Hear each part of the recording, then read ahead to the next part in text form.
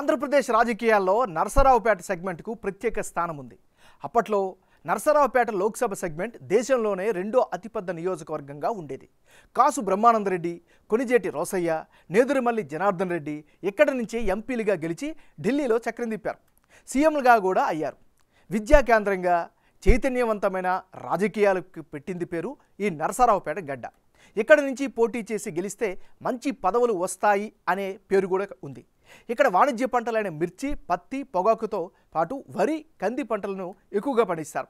రెడ్డి, కమ్మ, BC, ముస్లిం, ఆర్య వయసు ఓటర్లు ఎక్కువగా ఉన్న ప్రాంతం ఇది. అభ్యర్థుల గెలుపు ఓటముల్లో రైతులు, రైతు కూలీలు, వ్యాపార వర్గాలు, ఉద్యోగులదే ప్రధాన పాత్ర. మరి నరసరావుపేట నియోజకవర్గ ఓటర్ నాడి ఎలా ఉందో తెలుసుకునే ముందు 2019 అసెంబ్లీ ఫలితాలను ఒకసారి చూద్దాం. 2019 ఎన్నికల్లో గోపిరెడ్డి శ్రీనివాసరెడ్డి వర్సెస్ చెదలవాడ అరవింద్ బాబు వీళ్ళిద్దరి మధ్యనే ప్రధానంగా పోటీ జరిగింది. 2019 ఎన్నికల్లో వైసీపీ నుంచి పోటీ చేసిన గోపిరెడ్డి శ్రీనివాసరెడ్డి 55% ఓట్లు సాధించి ఘన విజయం అందుకున్నారు. అదే సమయంలో టీడీపీ నుంచి పోటీ చేసిన చెదలవాడ అరవింద్ బాబుకు 38% ఓట్లు వచ్చాయి. జనసేన అభ్యర్థికి 5% ఓట్లు రాబట్టుకోగలిగారు. ఇతరులకు 2% ఓట్లు వచ్చాయి. మరి ఈసారి ఎన్నికల్లో నరసరావుపేట సెగ్మెంట్లో రాజకీయం ఎలా ఉండబోతోందో big TV exclusive detailed election సర్వేలో వెల్లడైనటువంటి అభిప్రాయాలను ఇప్పుడు పరిశీలిద్దాం.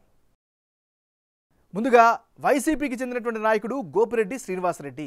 మరి శ్రీనివాసరెడ్డికి ఈసారి అనుకూలంగా ఉండేటటువంటి ఫ్యాక్టర్స్ ఏంటి? ఎన్నికలు దగ్గర పడుతుండటంతో గ్రౌండ్లో అయితే చాలా యాక్టివ్గా కనిపిస్తున్నారు. ఇది ప్రధానమైనటువంటి బలంగా చెప్పుకోవచ్చు. మరీ ముఖ్యంగా ప్రభుత్వం అందిస్తున్నటువంటి పథకాలపైన ప్రధానంగా ఆయన నమ్మకం పెట్టుకున్నారు. మరి గోపిరెడ్డి శ్రీనివాసరెడ్డికి ఉండే మైనస్ పాయింట్స్ ఏంటి? గోపిరెడ్డికి జనంలో, కేడర్లో అంతగా ఆశించిన స్థాయిలో గుర్తింపు అయితే కనిపించడం లేదు.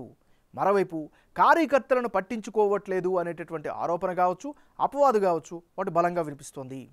అనుకున్నంతగా అభివృద్ధి చేయలేకపోయారు అనేటటువంటి మరొక అపవాదు కూడా వినిపిస్తోంది. మట్టి, ఇసుక తరలింపుపై అభియోగాలు వస్తున్నాయి. సరైన కాలువలు లేక రైతులు కూడా ఇబ్బందులు పడుతున్నారు. ఇది వాణిజ్య కేంద్రం కాబట్టి మిర్చి, వరి, పత్తి స్టోరేజ్ వసతులు లేకపోవడం కూడా మరొక మైనస్గా చెప్పుకోవచ్చు.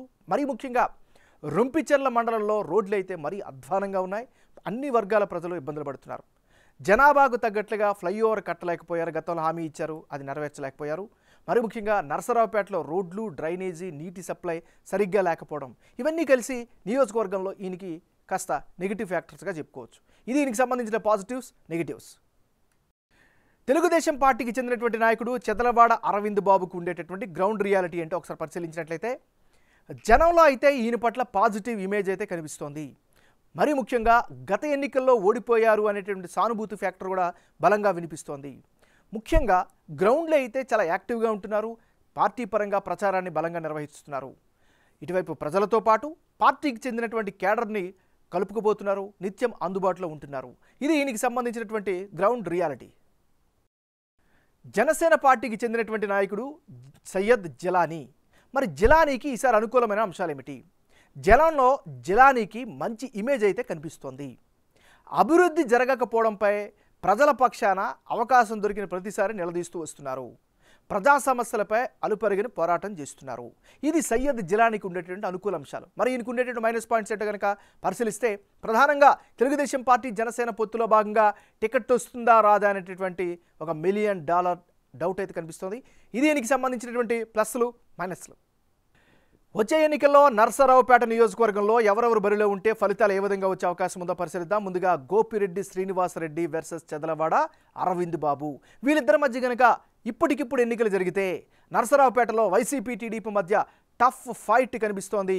టీడీపీ గెలిచే అవకాశాలు ఎక్కువగా ఉన్నట్లు బిగ్ టీవీ సర్వేలో తెలుస్తోంది. టీడీపీ అభ్యర్థి చెదలవాడ అరవింద్ బాబుకు 47% ఓట్లు వచ్చే ఛాన్సెస్ ఉన్నాయని బిగ్ టీవీ సర్వేలో తెలుస్తోంది. వైసీపీ అభ్యర్థి గోపిరెడ్డి శ్రీనివాసరెడ్డికి 46% ఓట్లు, ఇతరులకు 7% ఓట్లు వచ్చే అవకాశాలున్నాయని బిగ్ టీవీ సర్వే ద్వారా తెలుస్తోంది.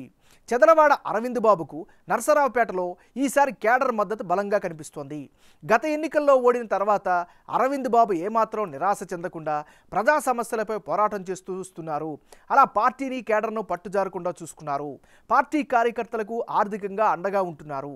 గత ఎన్నికల్లో ఓడిన సానుభూతి కూడా నియోజకవర్గంలో కనిపిస్తోంది.